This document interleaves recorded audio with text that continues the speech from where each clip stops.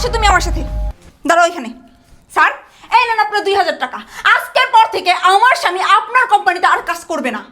মানে এসব কি বলতেছেন আপনি? আমি যা বলতেছি একদম ঠিকই বলতেছি। আজকের পর থেকে আমার স্বামী আপনার কোম্পানিতে আর কোনো কাজ করবে না। চাকরি কেন করবে না আপনি আমাকে বলুন। এত কিছু তো আমি আপনাকে বলতে পারবো না। আমার স্বামী আপনার কোম্পানিতে কাজ করবে না মানে করবে না। ওকে আমি আজকেই নিয়ে যাবো এখান থেকে। আরে বিষয়টা বলুন তো, আপনি এখানে চিলাপালা কেন করতেছেন আপনি আমাকে খুলে বলুন। কেন স্যার, আপনি কিছু বুঝেন না? আমার স্বামী আপনার কোম্পানিতে কেন চাকরি করবে না? আপনার কোম্পানিতে আমার স্বামী চাকরি করে কতদিন ধরে? অনেক বছর হয়ে গেছে। 6 মাস ধরে আমার স্বামীর কোনো বেতন দেন না। 6 মাস পরে বেতন দিচ্ছেন মাত্র 2000 টাকা। 2000 টাকা দিয়ে কি হয়? 2000 টাকা দিয়ে কি সংসার চলে? আমার স্বামী আপনার কোম্পানিতে আর চাকরি করবে না মানে করবে না। আজকেই আমার স্বামীকে এইখান থেকে নিয়ে যাব। এই দাঁড়ান দাঁড়ান, আপনি আমার অফিসে এসে চিল্লাপাল্লা কেন করতেছেন? আর হ্যাঁ, আপনি যেন কি বললেন? আপনি বললেন আপনার স্বামীকে 6 মাস ধরে কোনো বেতন দেওয়া হয় না। এই আপনি কি পাগল হয়ে গেছেন?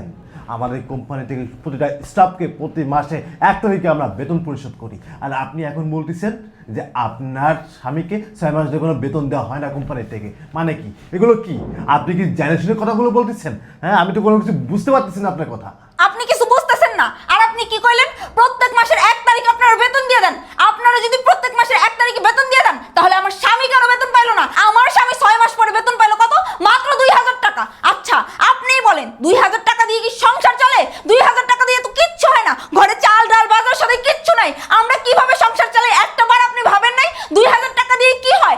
একটা বাসা ভাড়া দিতে গেলেই তো কমসে কম 2000 টাকা চলে যায়। তার মধ্যে কারেন্ট বিল আছে, খাওয়া দাওয়া আছে, বাজার সদাই, জামা কাপড়, কত কিছু লাগে। একটা মানুষের কমসে কম তো প্রত্যেক মাসে 15,000 টাকা লাগে। তারপরে আপনারা মাত্র দেন 2000। 2000 টাকা আপনারা ঠিকঠাক ভাবে দেন না। আপনারা দেন 6 মাস পরে, 7 মাস পরে 2000 টাকা দেন। এই 2000 টাকা দিয়ে আমরা কি করব? তার জন্যই আমার স্বামী আর আপনার কোম্পানিতে এক মুহূর্ত চাকরি করবে না। আমার স্বামীকে এখন আমি নিয়ে যাব মানে নিয়েই যাব। এই চলো তুমি আমার সাথে, চলো। এই দাঁড়ান দাঁড়ান। আচ্ছা, আপনারা যে আমার অফিসে এসে খুব চিল্লাপাল্লা করতেছেন, এটা কি ঠিক করতেছেন? না, ওটাই ঠিক করতেছেন না। আপনাদের সমস্যা, আপনারা অফিসে আসেন আমাকে ঠান্ডা মাথায় বলেন যে আপনারা কি কি সমস্যা আছে।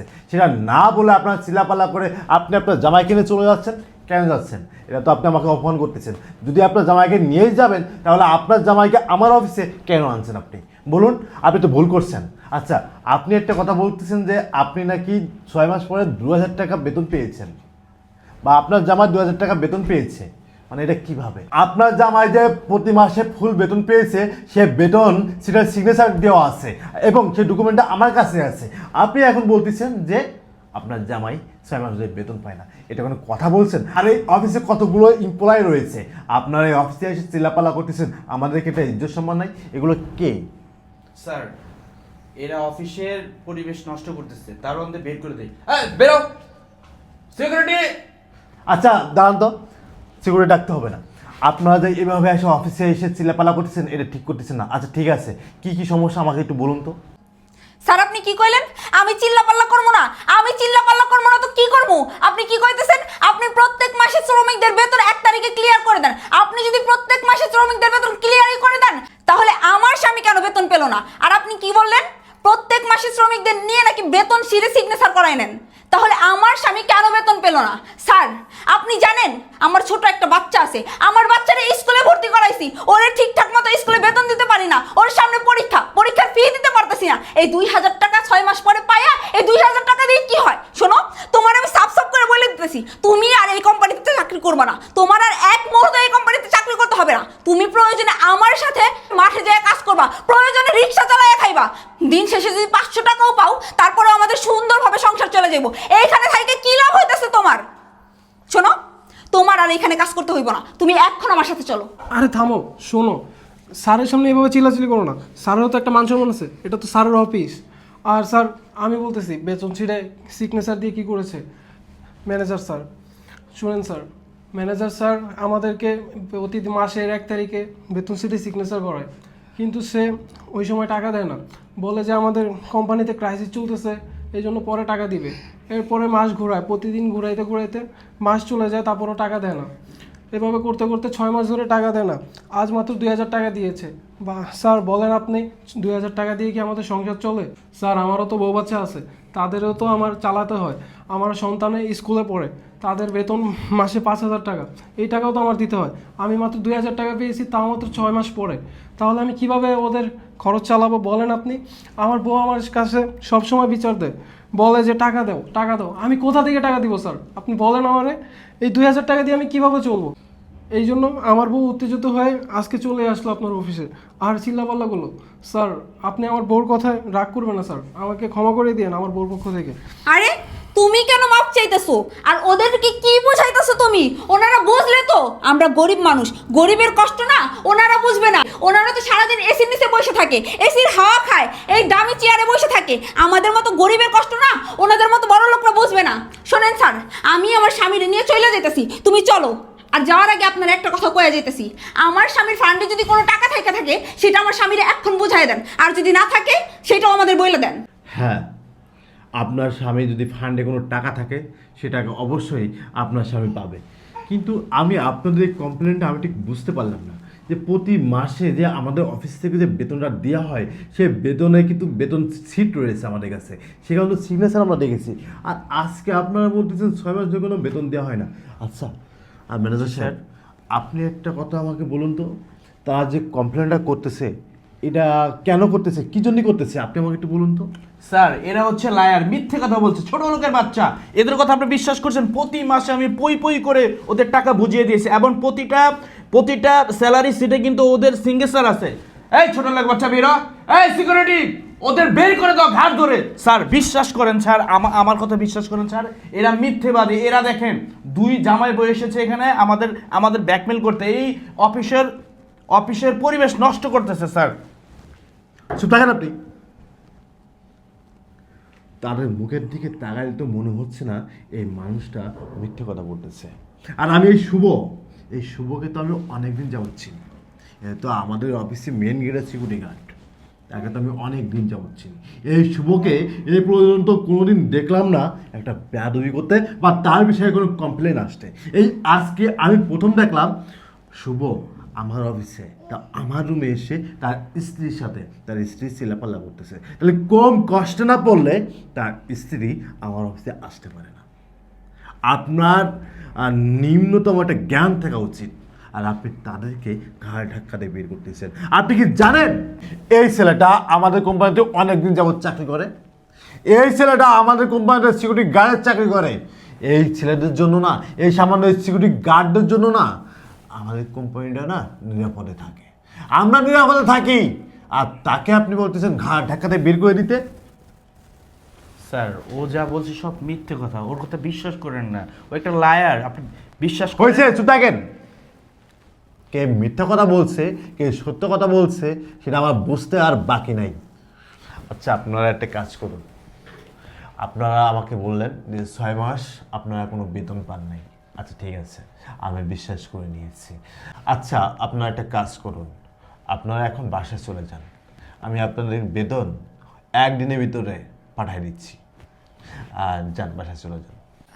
আসলে স্যার আপনি আমাকে মাফ করে দিবেন, আমি আপনাকে না বুঝে অনেকগুলো কথা বলে ফেলছি। আসলে রাগের মাথায় আপনাকে কি বলতে কি বলে ফেলেছি। স্যার আপনি তো বুঝতেই পারতেছেন আমার সংসারে এত অভাব, তার মধ্যে আমার স্বামী 6 মাস ধরে কোনো বেতন পাচ্ছে না। আমরা যে কিভাবে সংসার চালাচ্ছি, ওইদিকে আমার ছেলেটার স্কুলের বেতন দিতে পারছি না। স্যার আপনি তো জানেন আমরা গরিব মানুষ, আমাদের নুন আনতে পান্তা ফুরায়। আমরা 1 মাসে যদি টাকা না পাই তাহলে আমাদের সংসার চালাতে হিমশিম খেয়ে যাই। সেইখানে 6 মাস ধরে আমার স্বামী বেতন পাচ্ছে না। আপনি তো বুঝতে পারতেছেন আমার মনের অবস্থা কী ছিল। এই জন্যই ও আমাকে অফিসে নিয়ে আসতে চায়নি, আমি আজকে জোর করে ওর সাথে আসছি। আমি ভাবছিলাম এখানে আর ওকে কাজ করাবো না, যেহেতু আপনারা ওকে বেতনই দিচ্ছেন না। এই জন্য স্যার আমার মাথা গরম হয়ে গেছিলো, আমি আপনার সাথে খারাপ ব্যবহার করে ফেলছি। আপনি প্লিজ আমার মাফ করে দিবেন। আসসালামু আলাইকুম। ওয়ালাইকুম স্যার। চলো। ওয়ালাইকুম আসসালাম। আর হ্যাঁ, আপনাকে বলতেছি, আপনি যে কাজটা করছেন না সেটা না আমার আর বুঝতে বাকি নাই। মিথ্যা কথাগুলো কি তারাই বলতেছে কি আপনি বলতেছেন? দেখেন, আপনাকে এই 7 মাস হলো এই কোম্পানির নতুন নিয়োগ দিয়েছি।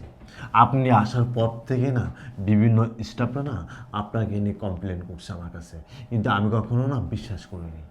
আমি কখনো বিশ্বাস করিনি এই মানুষটা যখন না 6 মাসের কথা বলছে, যখন তার স্ত্রী আমার অফিসে আসছে, তখন না আমার বুঝতে আর বাকি নাই যে একটা মানুষ কখন অফিসে আসে।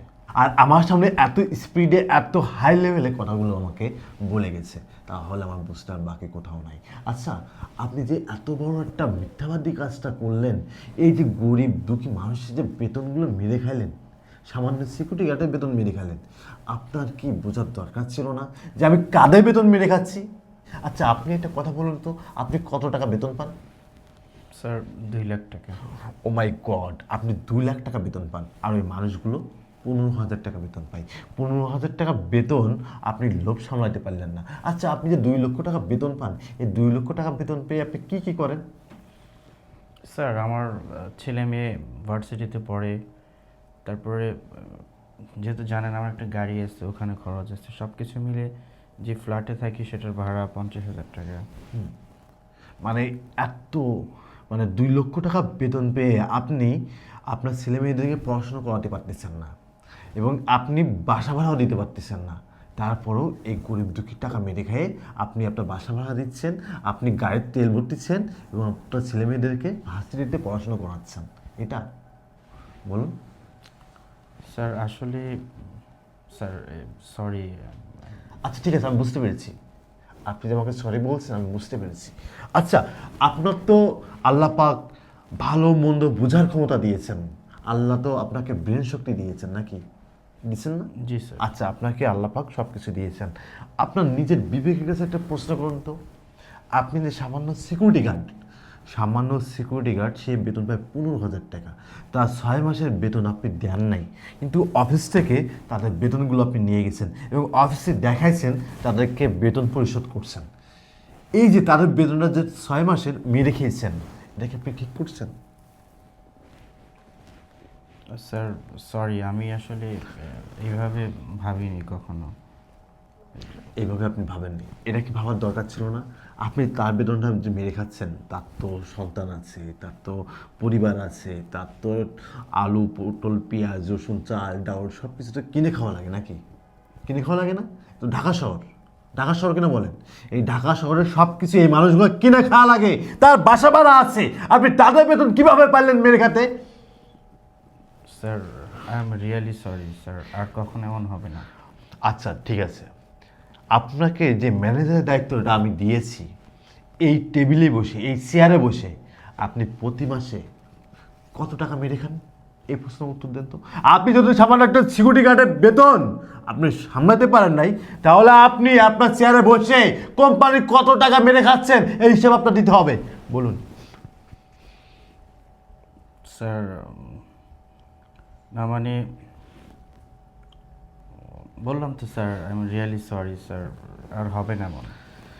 আপনার মতো ম্যানেজার আমাদের কোম্পানিতে লাগবে না। যেহেতু আপনি এদের বেতন মেরে খেতে পারছেন, ভবিষ্যতে আমার কোম্পানিটা যে বেঁচে খাবেন না এর কোনো গ্যারান্টি নাই। আপনার মতো ম্যানেজারকে আমি এক্ষুনি আমার অফিস থেকে বেরোয় চলে যাবেন। আপনার মতো ম্যানেজার আমাদের অফিসে লাগবে না। আপনাকে না আমরা সৎ মনে করেছিলাম, আপনাকে আমরা ভালো মনে করেছিলাম, আর আপনি এমন একটা চেয়ারে বসে আপনি এত বড় অন্যায় করেছেন, এর সাজা আপনি পাবেন। যান, আপনি চলে যান।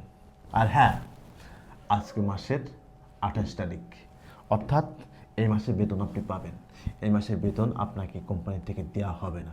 আপনার এই বেতন এবং আপনার কিছু টাকা আমাদের ফান্ডে আছে, এই ফান্ডের টাকা এবং বেতনের টাকা, যাদের যাদের টাকা আপনি মেরে খেয়েছেন তাদের টাকা পরিশোধ করে দিব। আপনি আর কোনো বেতন, কোনো টাকা, ফান্ডের কোনো টাকা পাবেন না। ওকে, আপনি এখন আসতে পারেন। Sir please. আচ্ছা ঠিক আছে, আপনার সাথে পরে কথা বলবো, আপনি এখন আসতে পারেন। কত বড় সাহস যে সামান্য সিকিউরিটি গার্ডের বেতন মেরে খাই। ছি ছি ছি, আমার ভাবতে লজ্জা করতেছে। আজকে সিকিউরিটি গার্ডের স্ত্রী আমার অফিসে এসে আমার সামনে চিল্লাপাল্লাগুলো আমাকে মান সম্মানে কথা বলল। তোমাদের মতন কোনো ম্যানেজার যেন কোনো কোম্পানিতে নিয়োগ না পায়, অবশ্যই নিয়োগ দেওয়ার আগে যাচাই বাছাই করা উচিত যে এর আগে কোনো কোম্পানিতে চাকরি করছে কিনা, ওই কোম্পানির রেপুটেশন কেমন।